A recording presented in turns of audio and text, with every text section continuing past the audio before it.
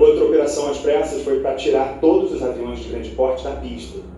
A plataforma que protege da chuva acessa um grande vazio. A única prova definitiva de que isso aqui é um aeroporto seria esse cargueiro da rede postal. Ele ia toda noite para Guarulhos, São Paulo. As saídas localizadas na frente, no meio, na parte traseira da aeronave, dão de cara para a emergência. O avião solitário virou um símbolo de fragilidade, mas também de resistência. Ele decora um lugar que costuma ter um tempo suspenso entre chegadas e partidas.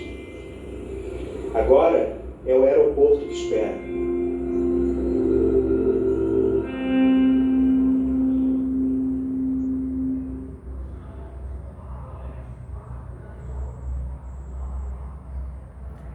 Catástrofes climáticas. Extremos relacionados à água, nesse caso, chuva extrema, cheias e inundações. A mancha de risco elevado foi se expandindo e ficando cada vez mais vermelha ao longo dos dias, indicando a dimensão da tragédia que se anunciava. Bom, essas chuvas são resultado de uma combinação de fatores. A presença de uma corrente intensa de ventos, que deixa o clima instável, se juntou com uma onda de umidade que ficou retida sobre o Rio Grande do Sul. Ela foi impedida de avançar por conta de uma massa de ar quente estacionada no centro do país. E tudo isso foi potencializado pelo El Niño e também pelo aquecimento global, que torna os eventos climáticos mais frequentes e cada vez mais potentes. Um dia depois do primeiro alerta vermelho, foram registradas as primeiras 5 mortes da tragédia gaúcha, nas cidades de Paverama, Pantano Grande, Encantado e Santa Maria. Ali, a força da água foi tamanha que olha o estrago nessa ponte. 18 pessoas estavam desaparecidas naquele momento e 77 municípios estavam impactados pela água. A crise já alarmava o estado,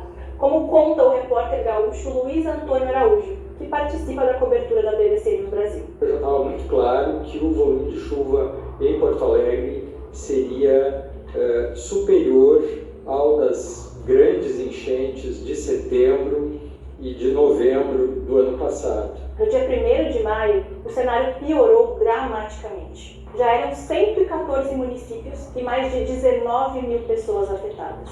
O Rio Grande do Sul decretou estado de calamidade pública. Nesse dia também foram contabilizadas mais 5 mortes.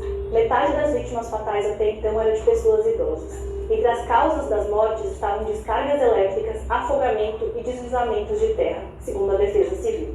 A partir do dia 2 de maio, o número de vítimas fatais disparou. 29 mortes registradas e com a mais profunda dor no coração, eu sei dizer que será ainda mais do que isso. Mais de 4.500 pessoas já estavam em abrigos em todo o estado. E a Defesa Civil advertiu que a barragem de 14 de julho, em Cotiporã, no centro-norte do estado, estava em processo de colapso. Famílias nas áreas de risco começaram a ser evacuadas. Eu vim aqui para ajudar o pessoal aí, para ajudar o pessoal da enchente, né? Que está bravo para trabalhar aqui também, está muito perigoso, muita correnteza para trabalhar. E eu estou no barco de 6 metros, motor de 20, né?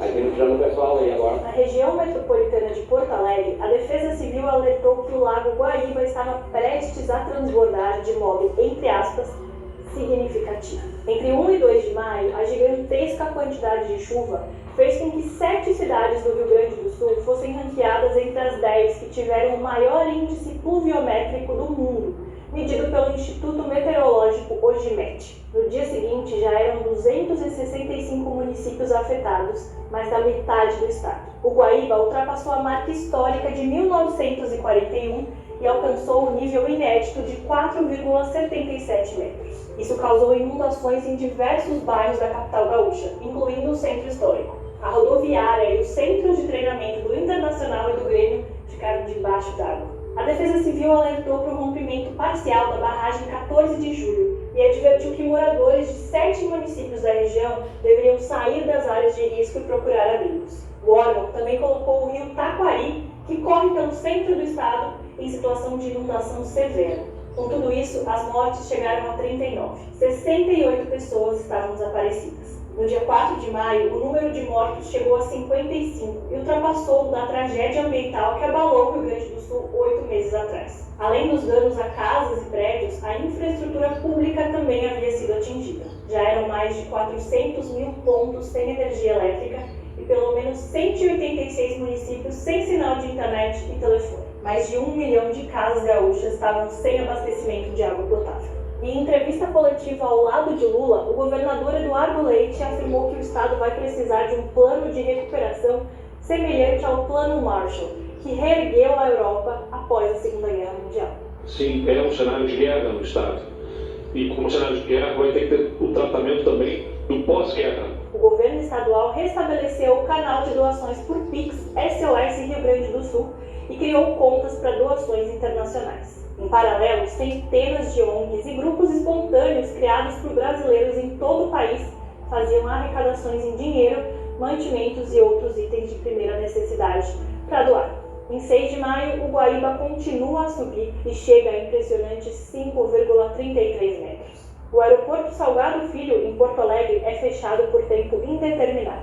Naquele momento já eram 85 óbitos confirmados. E 385 dos 497 municípios do estado já tinham sido atingidos de alguma forma. Em 7 de maio, o número de desabrigados chegou a quase 160 mil. A intensidade da chuva começou a diminuir, mas o nível dos principais rios continuava elevado e muitas cidades permaneciam com bairros inteiros debaixo d'água. Por isso, o número de pessoas obrigadas a deixar suas casas não parava de crescer. Está sendo assim muito triste ver as pessoas isoladas, sem saber para onde ir, né? Mandando meio que sem rumo, para que lado vai, sem contato, porque não tem energia, não tem telecomunicação, sinal de celular. Então fica difícil o contato das famílias para saber para onde vai, para deixar de ir. No dia 8, o nível do Guaíba estava em processo de descida, mas uma nova frente fria chegou ao estado, derrubou as temperaturas e causou mais chuvas e ventos fortes, além de riscos de raios e trovoadas. 5 barragens estavam sob risco iminente de ruptura no estado, e muitos gaúchos continuavam em situação dramática. Mais de 500 mil pessoas estavam sem água potável, incluindo 85% da população de Porto Alegre. Olha só o que o nosso repórter viu ao chegar lá. Eu e o repórter Fernando Otto encontramos um cenário de completa destruição. Árvores caídas, postes caídos, ruas completamente alagadas, com lama.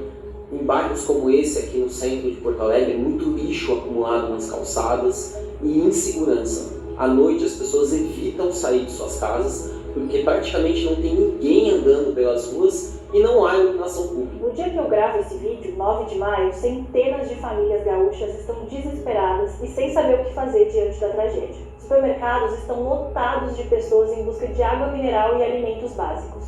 O caos também faz muita gente se ver forçada a sair de Porto Alegre.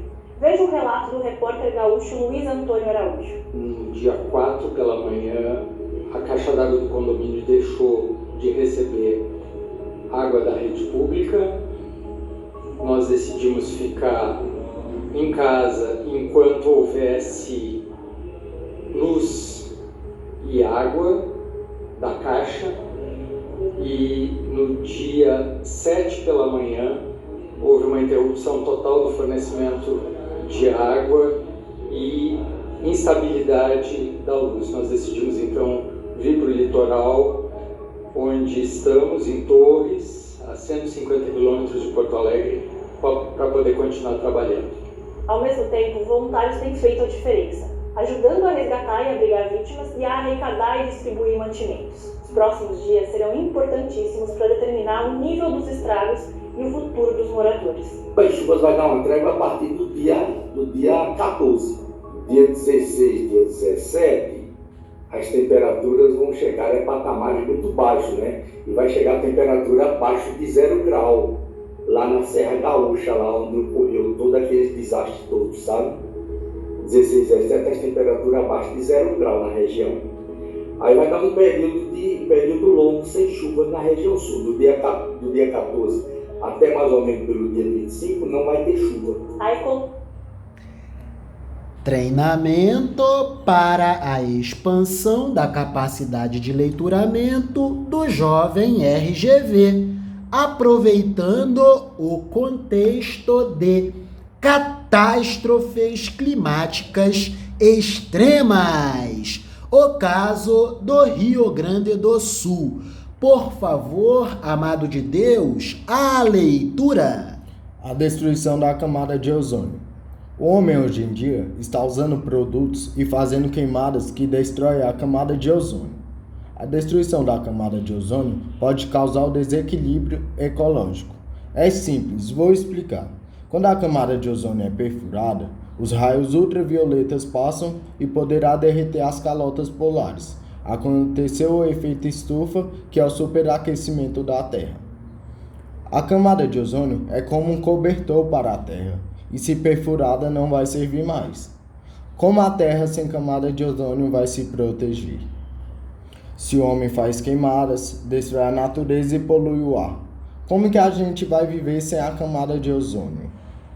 O homem tem um jeito de não provocar isso tudo, é não fazendo queimadas e evitar o uso de certos produtos. Assim a natureza, o planeta durará mais tempo. E nós também. Autor Bruno. Maravilhas!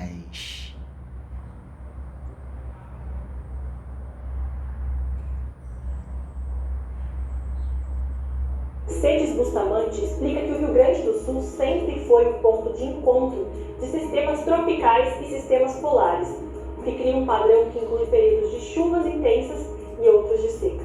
E a tendência é que essa alternância se repita com cada vez mais intensidade. O secretário-geral da ONU, eu falo que ele tem uma imagem que é importante a gente sempre lembrar. A mudança climática é uma amplificadora de crises, né? Então, tudo aquilo que já podia acontecer, ela vai tornar mais drástico. Então, esses eventos meteorológicos, né, regionais ou localizados, eles vão tender a se acentuar. Porque num mundo mais quente, é mais energia que você tem acumulada sobre a superfície do planeta. São as consequências do superaquecimento da Terra. Portanto, este texto faz total sentido. Vira a capa do livro, jovem. A Terra é inocente. Quem tem que cuidar é a gente.